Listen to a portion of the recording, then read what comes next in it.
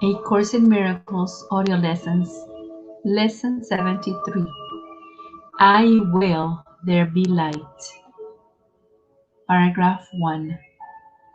Today we are considering the will you share with God. This is not the same as the ego's idle wishes, out of which darkness and nothingness arise. The will you share with God has all the power of creation in it. The ego's idle wishes are unshared and therefore have no power at all. Its wishes are not idle, in the sense that they can make a world of illusions in which your belief can be very strong. But they are idle indeed in terms of creation. They make nothing that is real. Paragraph 2. Idle wishes and grievances are partners or co-makers in picturing the world you see. The wishes of the ego gave rise to it, and the ego's need for grievances, which are necessary to maintain it, peopled it with figures which seem to attack you and call for righteous judgment. They become the mind let they become the middleman the ego employs to traffic in grievances and stand between your awareness and your brother's reality. Beholding them, you do not know your brothers nor yourself. Paragraph 3. Your will is lost to you in this strange bartering in which guilt is traded back and forth, and grievances increase with each exchange. Can such a world have been created by the will the Son of God shares with his Father? Did God create disaster for his Son? Creation is the will of both together. Would God create a world that kills himself? Paragraph 4. Today we will try once more to reach the world which is in accordance with your will. The light is in it because it does not oppose the will of God. It is not heaven, but the light of heaven shines on it. Darkness has vanished. The ego's idle wishes have been withdrawn. Yet the light which shines upon this world reflects your will, and so it must be in you that we look for it. Your picture of the world can only mirror what is within. The source of neither light nor darkness can be found without. Grievances darken your mind, and you look out upon a darkened world. Forgiveness lifts the darkness, reasserts your will, and lets you look upon a world of light. Paragraph 5. We have repeatedly emphasized that the barrier of grievance is easily passed and cannot stand between you and salvation. The reason is very simple. Do you really want to be in hell? Do you really want to weep and suffer and die? Forget the ego's arguments which seek to prove all this is really heaven. You know it is not.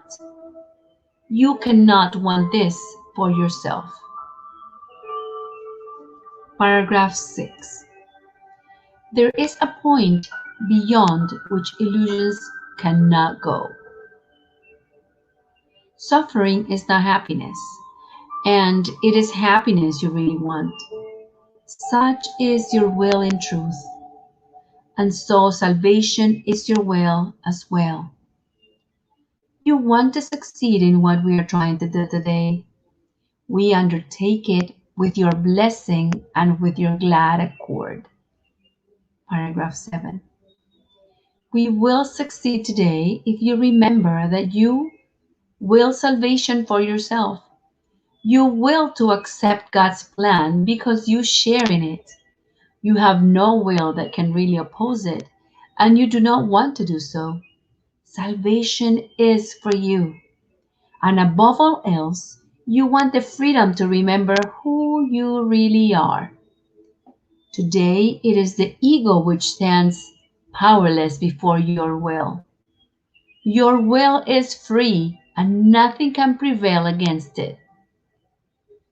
Therefore, we undertake the exercises for today in happy confidence, certain that we will find what it is your will to find, and remember what it is your will to remember. No idle wishes can detain us, nor deceive us with an illusion of strength. Paragraph 8. Today, let your will be done, and end forever the insane belief that it is hell in place of heaven that you choose. We will begin our longer practice periods with the recognition that God's plan for salvation, and only His, is wholly in accord with your will. It is not the purpose of an alien power thrust upon you unwillingly. It is the one purpose here on which you and your Father are in perfect accord. Paragraph 9. You will succeed today, the time appointed for the release of the Son of God from hell and from all idle wishes. His will is now restored to his awareness. He is willing this very day to look upon the light in him and be saved. Paragraph 10. After reminding yourself of this and determining to keep your will clearly in mind, tell yourself with gentle firmness and quiet certainty, I will there be light. Let me behold the light that reflects God's will and mine. Then, let your will assert itself, joined to the power of God and united with yourself. Put the rest of the practice period under their guidance. Join with them as they lead the way. Paragraph 11. In the shorter practice periods, again make a declaration of what you really want. Say, I will there be light. Darkness is not my will.